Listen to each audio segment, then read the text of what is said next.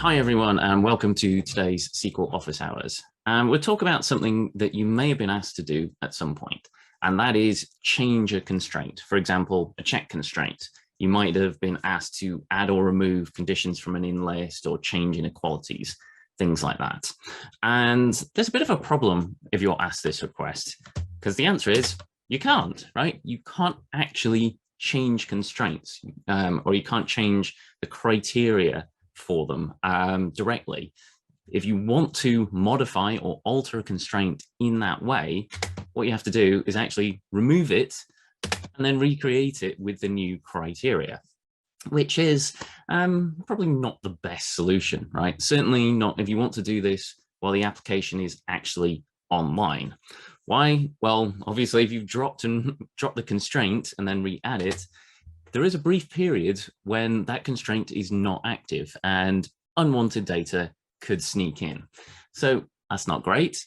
And there's also a practical problem when it comes to doing this while the app's online. These are both blocking DDL operations by default, which means you won't be able to write to the table at the same time. So that means changing constraints like this can be a little bit fiddly and a bit of a faff. Luckily, there is an alternative way around this. Rather than dropping the constraint and then creating it, what you can do is actually create the new constraint first with a no validate clause, and then remove the old constraint. Now, obviously, there's quite a lot of details, and exactly how you carry this process out depends on the type of constraint that you're actually working with, whether it's a check constraint, not null, foreign key, primary key, unique constraint. So that's what we're going to do today. We're going to look at the process of changing constraints. I say changing, you can't actually change them. You've got to drop and recreate them, right? But how you can do this with minimal downtime. That is keeping the application online for as absolutely long as possible while doing this process. So hi, everyone. I'm Chris Saxon. I'm part of Gerald Venzil's app dev team here in Oracle. We're here to help you get the best out of Oracle, SQL and PL SQL, Oracle database generally, when it comes to building applications, and hopefully have some fun whilst doing so.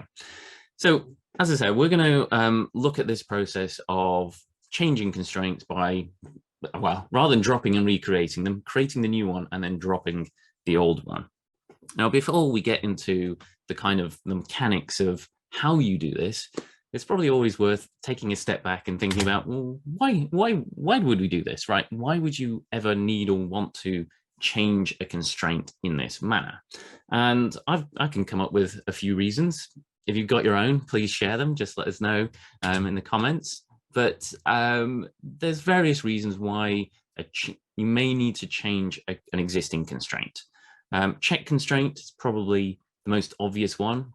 Let's say you've got a check constraint saying a status has to be in a particular list of values, and you want to add or remove them, or you need to say things are greater than or equal to particular values, and you need to change the boundary conditions, things like that. So check constraint, we're just changing what the expression is. Not null mandatoriness, basically we're just adding or removing them from a table. Unique constraints, we might need to actually add or remove columns from a unique constraint over time. You might realize you've got it wrong, or we've added a new column or removing a column from a table, which will or won't form part of a unique constraint. So we might need to make those changes.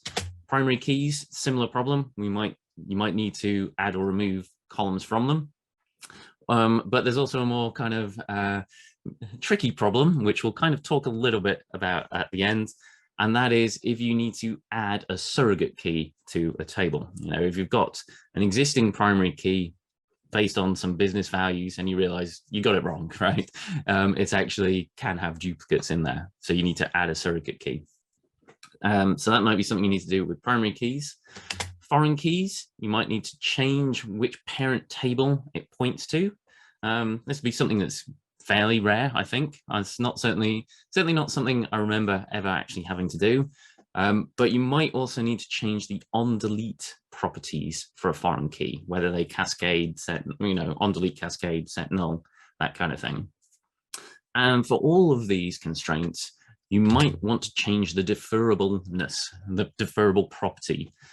This states whether or not the database can delay checking from the statement point. So normally constraints are checked as soon as you run the insert, update, delete, or the insert, the update really. You can delay that point to commit, but you have to explicitly set that state in the constraint. And that you can't alter it, you can't modify it, you have to recreate it. So this is something you might have to do for all these types of constraints. So as I said, there's some little subtleties and differences for each ones of these, so we'll kind of walk through them in today's session. As I said, one of the things we're going to look at here is we want to try and keep the application online as much as possible, because obviously if you can just take an outage, you could just drop the old constraint, create the new one, and everything's fine, right? But a lot of us work in environments where we can't take outages, or certainly not regularly or often. Actually, I'm just kind of curious to see how often some of you can take outages. So we've just got a little poll asking about that. So if you could just let us know, and you just say how often you can take your application offline for, you know, an extended outage of, I've said an hour or more, but is it like something you could do every day, every week, every month, once a year? Never, right? So just let us know, because I'm curious to see what camps people fit with. I think over time the uptime requirements have got more strict for applications. You know, customers and the business just generally expect things to be available all the time, every time, right?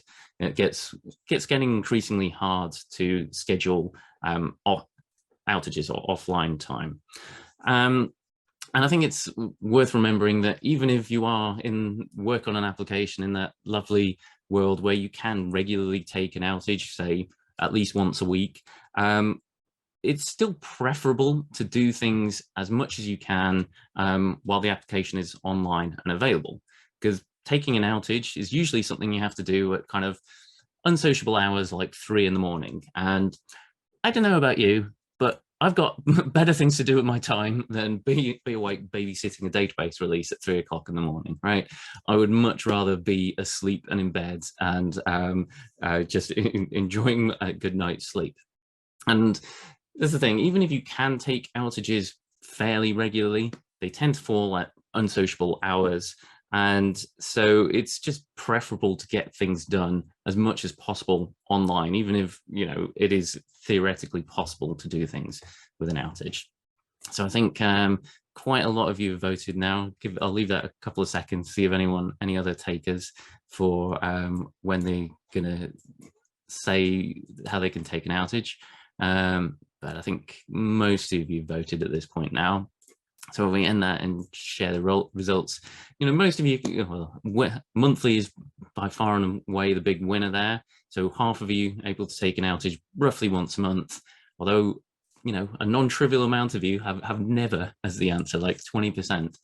So that's the thing, you know, even if you are, I'd say monthly is probably often enough to be able to get releases done and get changes in, but it's still preferable to do things as much as possible with the application online, because, you know, even if you've got your database releases fully automated and all you have to do is press a button and they go, you still want someone to be awake and available and online, just in case something does go wrong, right, in the process. And I don't know about you, but as I said, I'd much rather be asleep in these times. I think another thing to kind of think about here is I've talked about the application being offline. Now, when it comes to changing constraints, we actually mean a kind of a subset of that.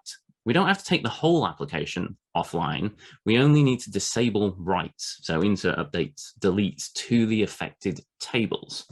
And this is often much more achievable, right? If you can make parts of the application read-only for a period of time, so people can still see things, that is often much easier to schedule and manage on a more frequent basis. And there's some parts of your app that actually it might be read mostly most of the time anyway. You know, back-end business data, product catalog, that kind of thing might change fairly rarely. And just telling the people who manage this, you know, certainly if it's just run internally by the company or your business, saying it's read only for a while, wait until after that.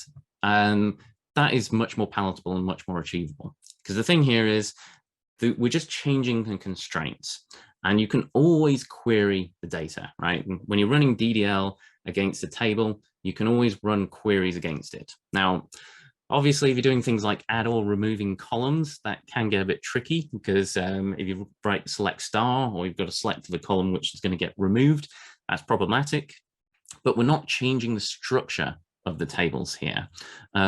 So if you can make the app read only, when I say offline here, is what I really mean is read only. So if you can do that, that might be a good enough solution in a lot of these cases.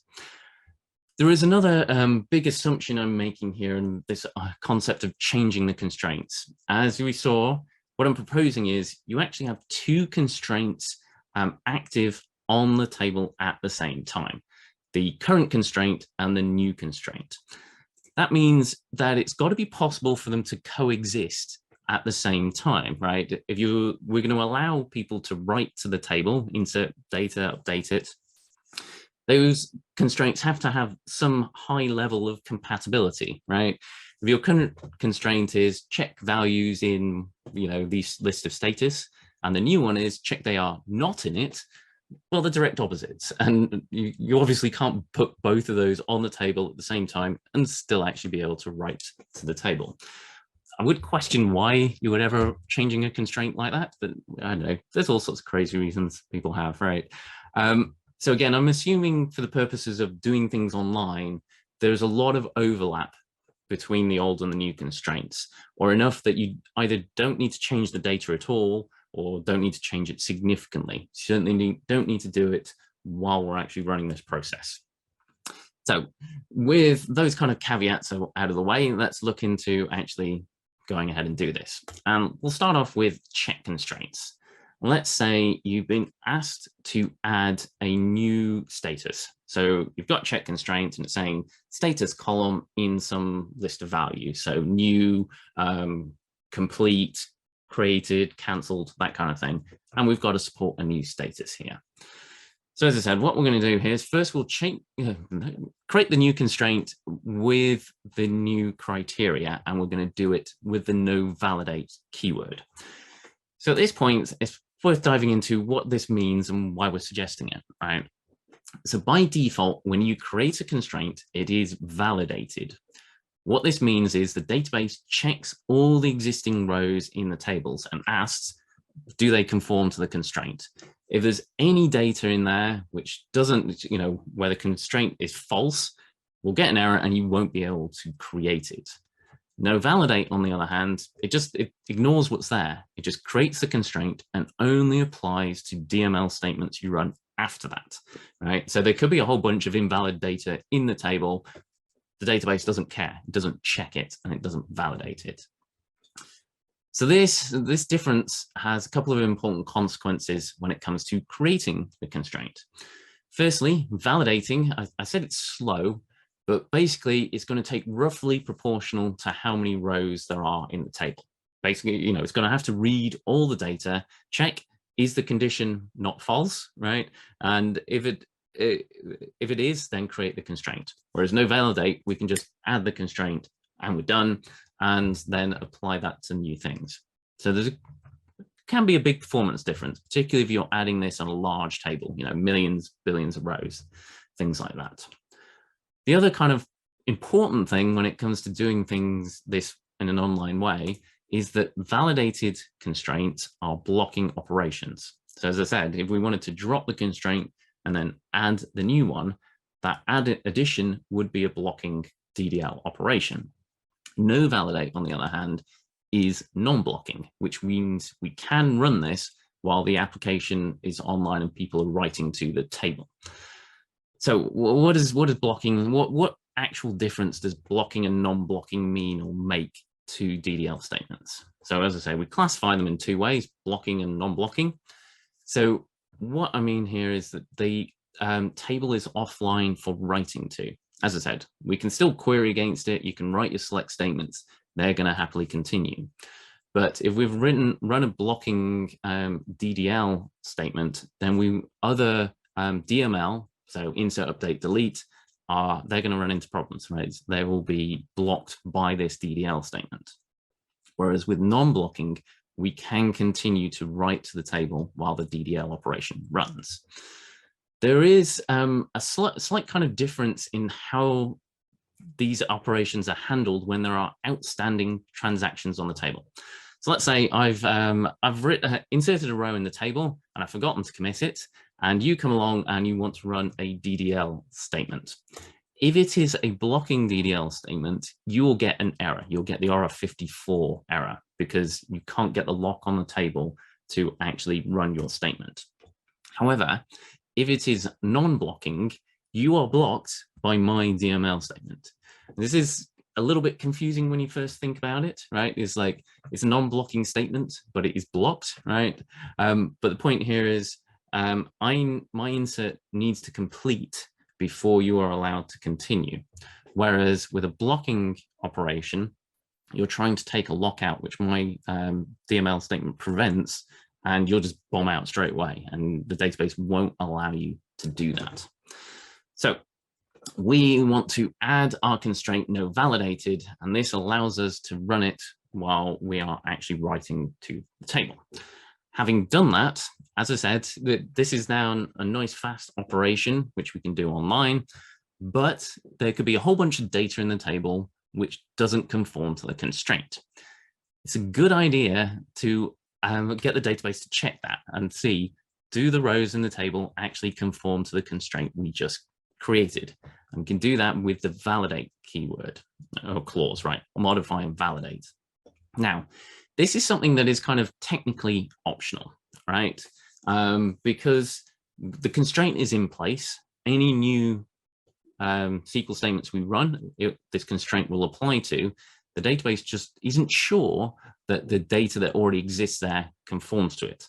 What that means is the optimizer can't make use of it to optimize some operations, right? There are certain things we know are impossible.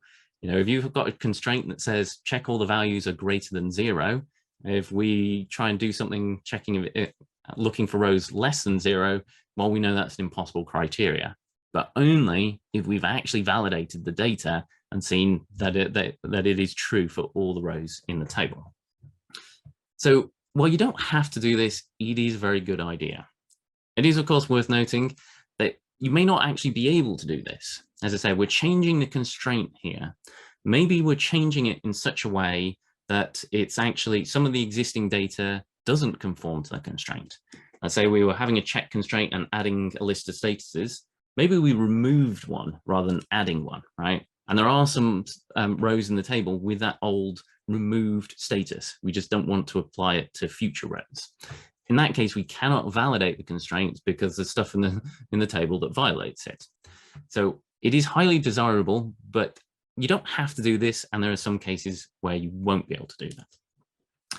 So having got the new constraint in place, then of course we need to stop the old constraint working. We can drop it with the online clause, and what this does is makes this non-blocking, so we can continue and carry this out while the app's online, as I said.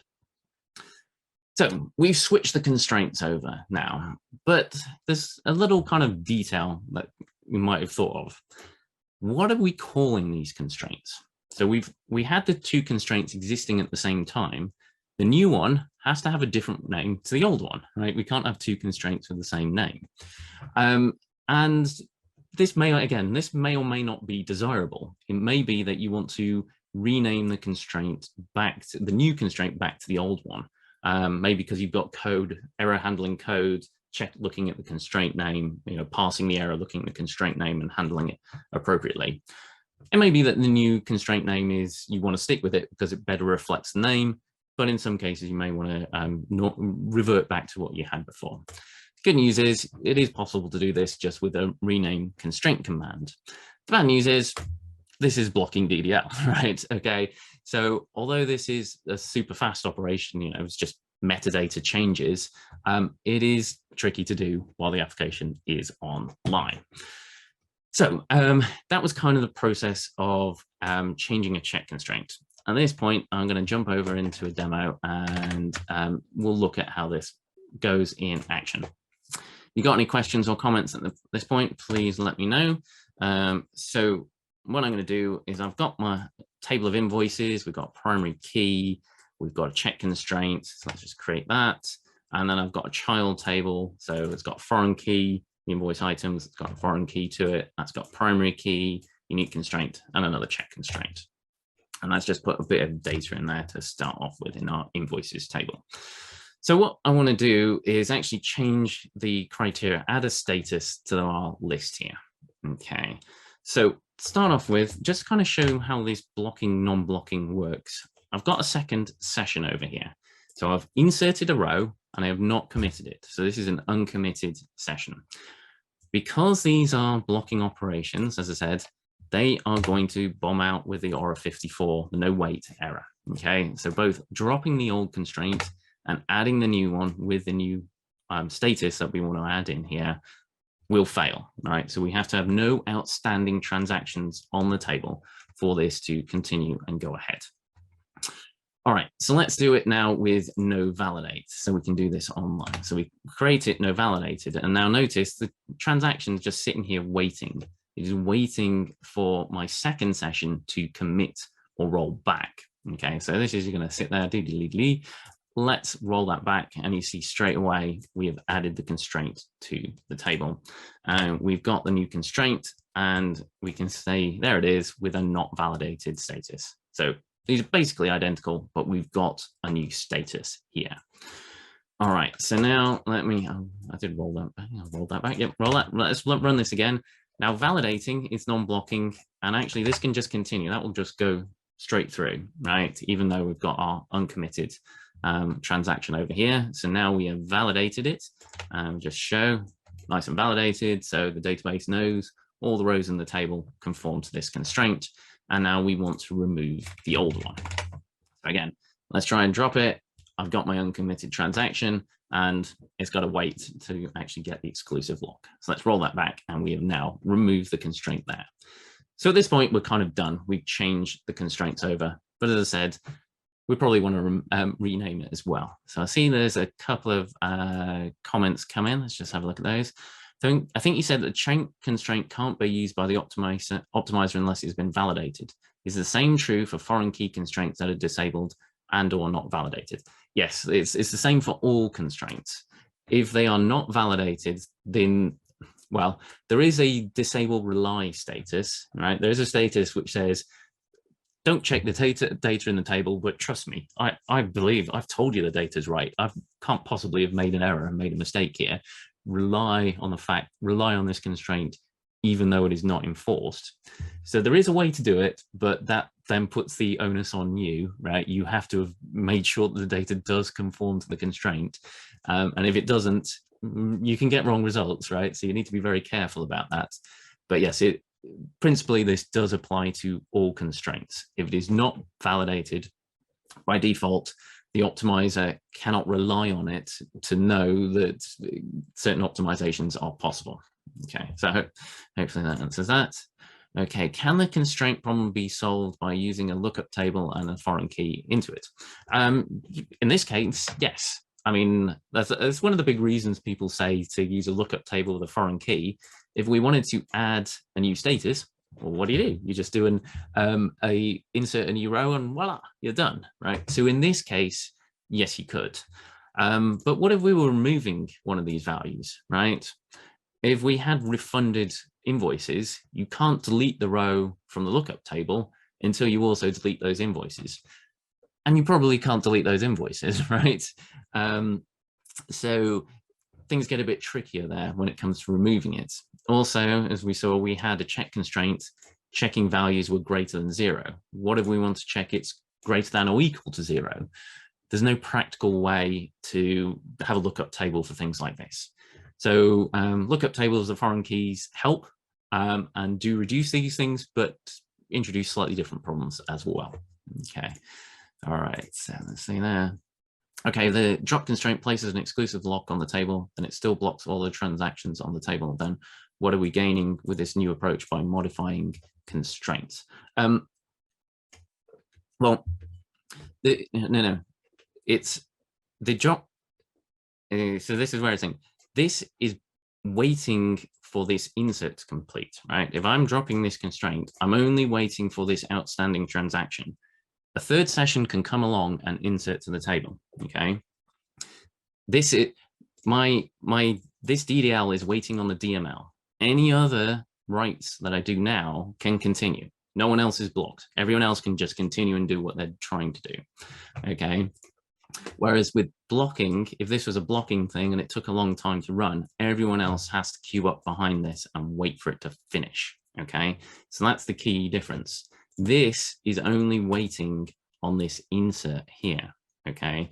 Other inserts I start after this then can continue, okay? That's the kind of key difference. And I have talked about this in office hours in the past a bit, but it is something you just need to think through carefully, and it really helps to like have 2 or 3 sessions open, run them, see what happens, and prove it to yourself. But basically, this is waiting for the insert, okay? Any other inserts are then not, I repeat, not waiting for this, okay? Because we have got the online keyword, okay? Without the online keyword, they are waiting. So a lot of people kind of mishear this and get confused. And so I thoroughly recommend you spend a bit of time just proving this to yourself, because it's probably the easiest and best way to get familiar and understand how it works. So hopefully that answers your question here. Okay, so we want to, let's just check, where was I up to with this one? Right, so we've got our uncommitted insert. We wanted to rename the constraint. But as I said, that's a blocking operation. That is blocked by this insert. So are we kind of stuck here, right? Well, there is a little trick which some of you may be familiar with, and that's this DDL lock timeout command.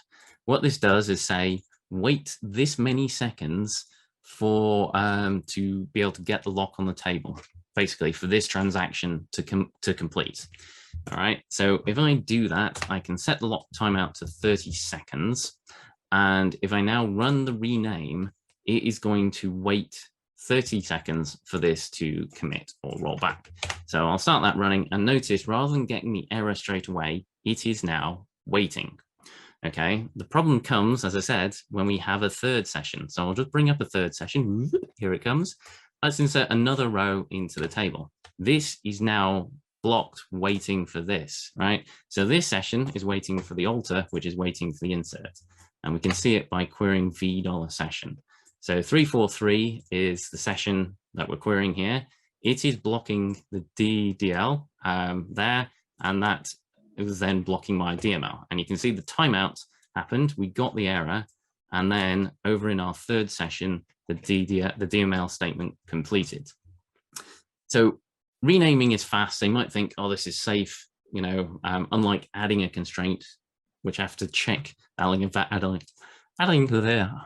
tripping over my words today, adding a validated constraint, we'll have to check the rows and could run for who knows how long.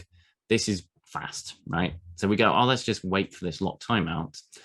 But then everything else is queued up behind, because this is blocking, other stuff is queued up behind it, ultimately all just waiting for this insert to finish. Okay, so if you've got long running transactions in your database, be very careful with this DDL lock timeout setting, because you can end up in a whole big mess here.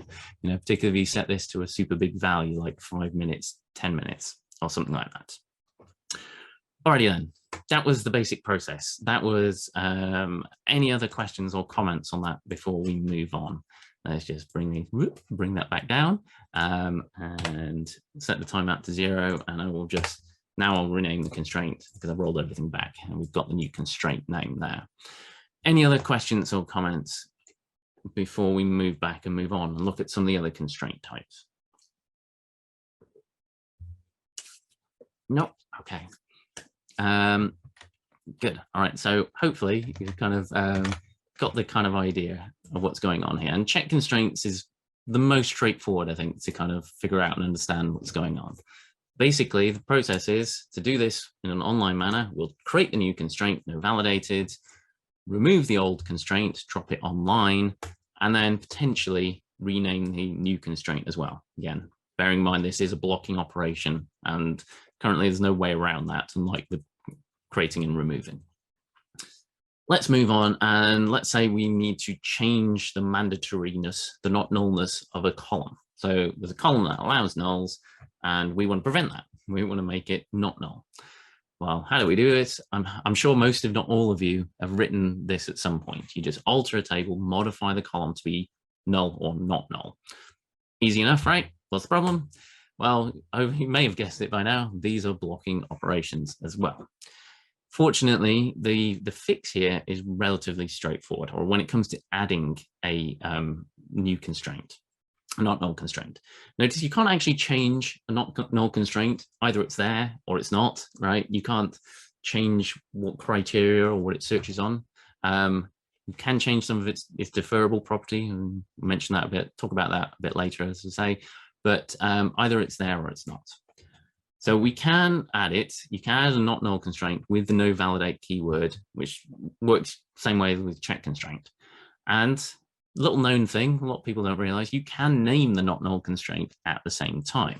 It is optional, but we can give it a nice meaningful name so we know what it is, which is super useful when it comes to removing not null constraints.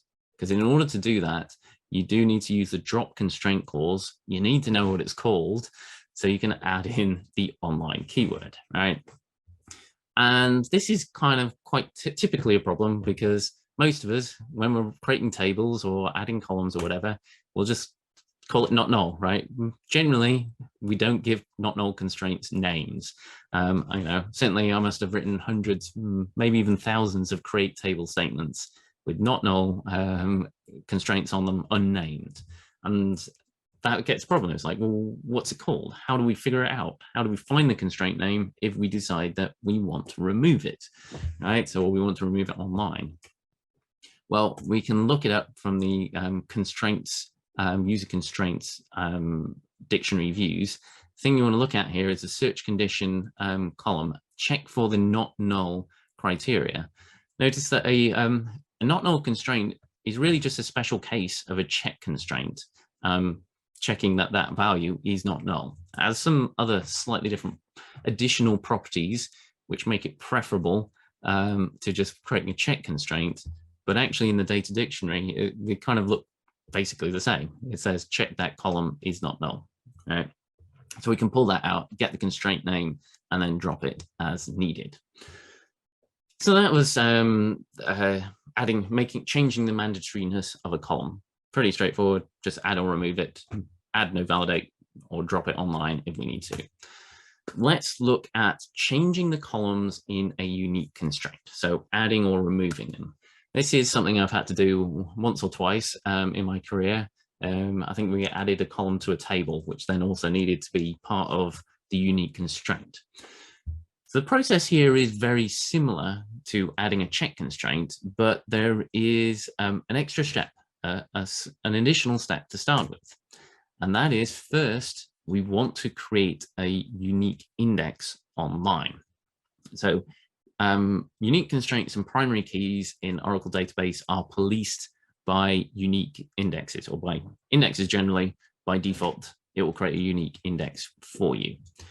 So what we want to do here is create the unique index first and do that online, okay? Now at this point, actually, we've prevented duplicates. If our goal here is just stopping duplicate values in the set of columns, you could stop, right? A unique index does everything you need to do from that point of view. But we haven't actually created the unique constraint yet, which is different, and it does have additional properties. Namely, this unique index won't appear in the constraints dictionary views, and there's another difference I'll come to in a minute. So if we actually want to create the unique constraint, we can add it, and we'll tell it, the database, to use the index we just created. And again, using the no validate keyword, so we can do this online. Then we can validate it. Now, when it comes to validating unique constraints, because, well, at least in this case, because we've used a unique index, the database already knows there can be no duplicate values in the columns that we are putting the constraint on. So it doesn't need to do anything, right? Or it just needs to do some dictionary updates, some metadata changes. It doesn't need to check, are there any duplicates in these columns? We've already enforced that by the unique index. So this is almost a no-op, like I say, it doesn't need to, it's just updating some dictionary information. So this is super fast, unlike normal check constraint validation. Then finally, of course, we'll drop the old constraint online. So let's jump over and look at changing, adding, removing not null constraints and changing unique constraints. Let's just check if we've got that set back. Let's check, roll that back. And actually, I'll get rid of that for now, keep things a bit simpler. So if you've got any questions or comments at this point, say please put them in the Q&A. We'll look at them. So we've got our status column. And you see, because I just created the tables with, column not null, we've got our lovely sys constraint names. That's lovely. Actually, no, I was going to do this. I was going to keep this one open here. Let me leave that there. So what I'm going to do here is I'm going to look up the constraint name and then use that to create some dynamic SQL to drop the constraint online. So we'll run this. And again, because I have this uncommitted transaction here, this is then waiting for it. So we'll roll it back and there we go. We have then dropped the constraint and we see we had status constraint there. And let's run that query. We'll see it's gone and we check the nullableness. It is now nullable because we have now removed the constraint there. Let's add it back, but this time we'll be nice and we'll actually name it. So we will add the constraint and again, we'll do that no validate, so it's waiting there, roll that back, there we go. We've now added we removed it, well, we had to look up its name to remove it, and then added the not null constraint back. And again, because it's no validate, there could be nulls in that column, right? The database doesn't know. So we probably want to validate it as well, assuming that's possible, right? Assuming all the values, all the rows are in fact not null. So we validated it. So that was changing mandatoriness. Let's look at the unique constraint. So originally on invoice items, we had a unique constraint over the order ID and product ID. So you could only issue one invoice against each product on each order, right? Now, that might be a good idea. It might be a bad idea. Maybe, you might issue credit notes, which are just a opposite form of invoice. They're just invoices, but in reverse, right? Where you pay money back to the customer. And then you might need to re-invoice again after that. It might be that we actually need to issue multiple invoices against a particular product on an order. So what we want to do is add the invoice ID to that unique constraint. So we'll start off with, I'll get rid of that for now, keep things a bit simpler. So we'll start off, create the unique constraint online. There we go, and it is. Then again, we'll add the new constraint. So this is using the index we have just created, and we'll do it no validated. So we'll do that, add that in, and then, as I say, we'll do the validation. All it's really doing is just setting the status in the data dictionary, because due to this unique index, the database already knows the values must be unique for those columns. And then we can then remove the old constraint online. Hey, job done. Fairly straightforward. So we looked at changing unique constraints, and in that case, we're adding or removing columns. We might want to do the same with the primary key. We might need to change the columns in a primary key. Process is similar but different. Why? There can only be one primary key on a table, right? You cannot have two primary keys on a table at the same time. That means our approach of creating the new constraint and then dropping the old one off afterwards won't work, because the old and new can't coexist. They can't be on the table at the same time. So if we want to change the columns add or remove columns from a primary key, we can start off the same. We can create our unique index first on our different columns, but then we need to drop the primary key first, then add it back on, and then validate it, right? So now this feels a bit weird and it's a bit tricky and a bit funny. The good news is, because we created the unique index first, we know through this whole process there can be no duplicates added on whatever the columns in this unique index are, right? So we don't need to worry about duplicates. There is, however, a different problem that we need to worry about, and it's kind of something someone's already mentioned. What about the foreign keys, right? What about foreign keys on the table? If you want to drop a primary key, and some of you have probably done this at some point, one way or another, try and drop the primary key, what happens? We get an error. Why? Because there are foreign keys pointing to it. And you can't just drop the primary key when there's foreign keys pointing to it, because that would be a bad idea, right?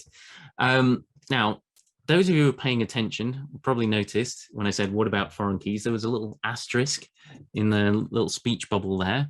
And it's like, well, what's with the asterisk? And if you look carefully at the error message, it says this unique or primary key,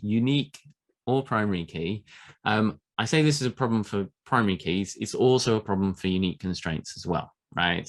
This is something you need to consider them for unique constraints. However, in practice, people almost never, I say almost never create foreign keys that point to unique constraints. So foreign keys can point to primary keys and they can point to unique constraints. In practice, they're almost always at primary keys. If you have created a foreign key that's used unique constraint instead, I'd love to know. Please let me know. Why did you do that? Why did you use unique constraint instead of a primary key? Share your story. I want to hear. Certainly, I've done it for demo purposes and, you know, trying things out. I can't think of a time I've done it in a real world application, right? So generally you only need to consider foreign keys when dropping primary keys. So what can we do here?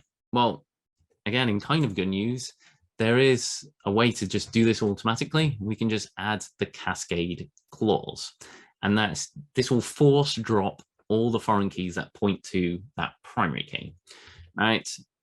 Seems good enough. What could be the problem here? Well, of course, after dropping that primary key, we force drop those foreign keys, so they're all gone as well, which again, if we're trying to run this while our application is live and online, probably not great, right?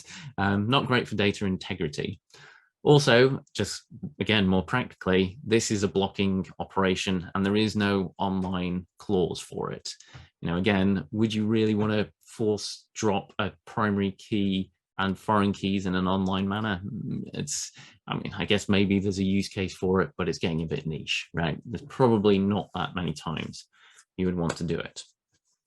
So if we want to change the columns in a primary key, similar process to changing unique constraints, create the unique constraint first, but you need to drop the old primary key first, then create the new one, and then validate it, which creates problems for foreign keys, as I said, which again leads us nicely onto, let's change some foreign keys, right? How do we do that?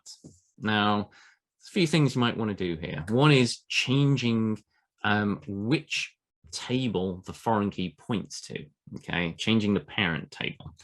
So why would you want to do this? I think this is quite a niche thing. It's not something I've ever had to do personally. Again, not in a real system anyway. If you've had to do it, let us know in the comments. But one reason I can think of is if you want to split or merge the parent table for some reason. So we've got our child table and it points to this 5-column parent table.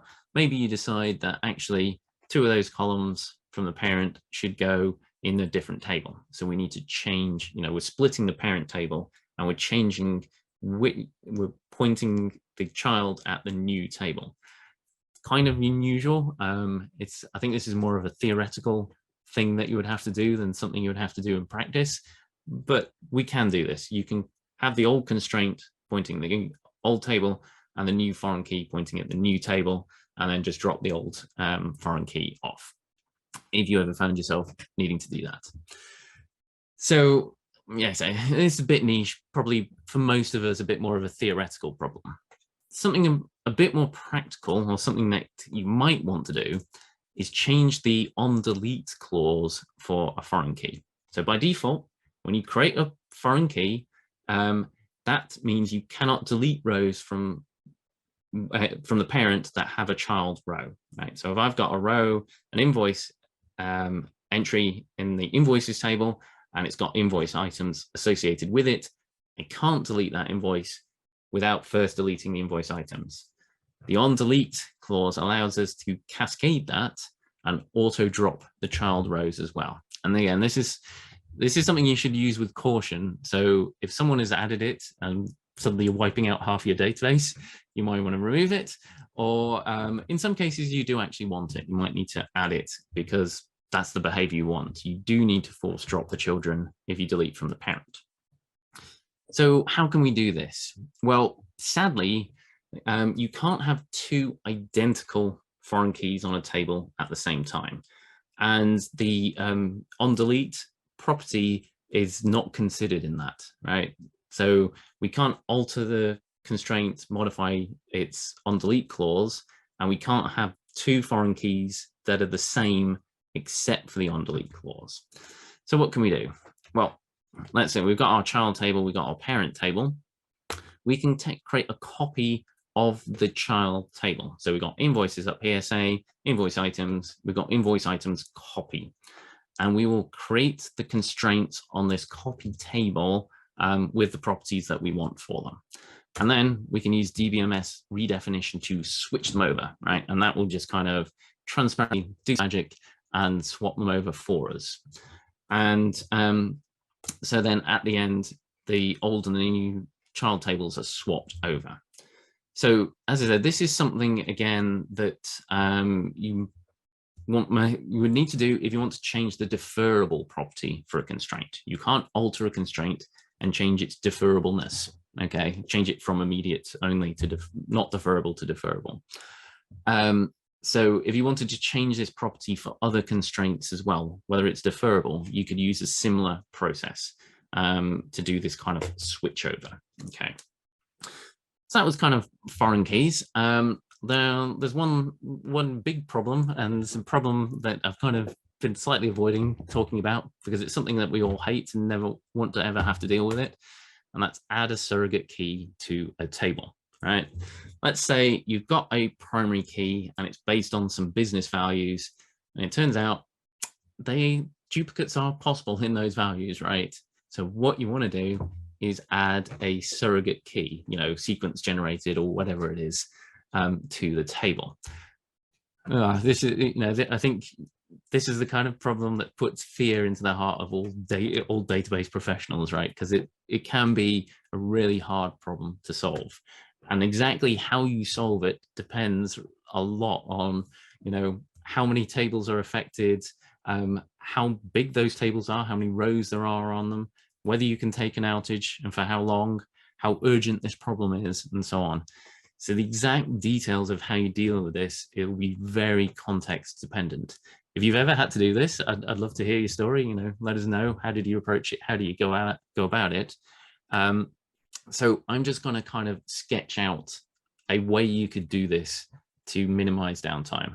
Don't take this as the way, because you will have to absolutely balance up your uptime requirements, how fast you need to do this, so on and so forth, and what's affected.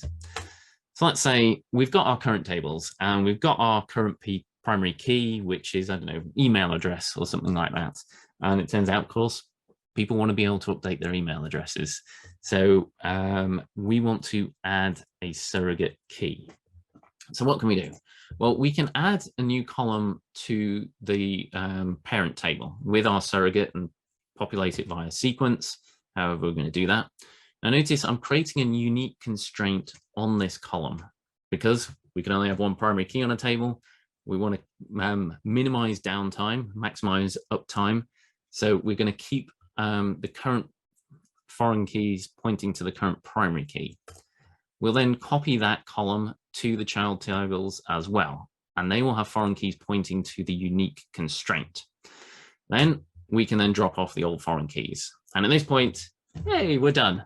I said make it seem nice and easy, but you know, as you know, if you've ever had to do this or think about it in any detail, I've covered up a lot of complexity here, right? But this is just to kind of give you sketch out principles of how you do this. So we've done that, but at this point we probably want to do a bit of cleaning up. So on our child tables, we probably want to remove those old foreign key columns, right? We drop the foreign keys. We probably at some point want to remove those columns as well. Again, this is probably something you want to defer as long as possible in case for whatever reason you decide you need to revert back to the old primary key.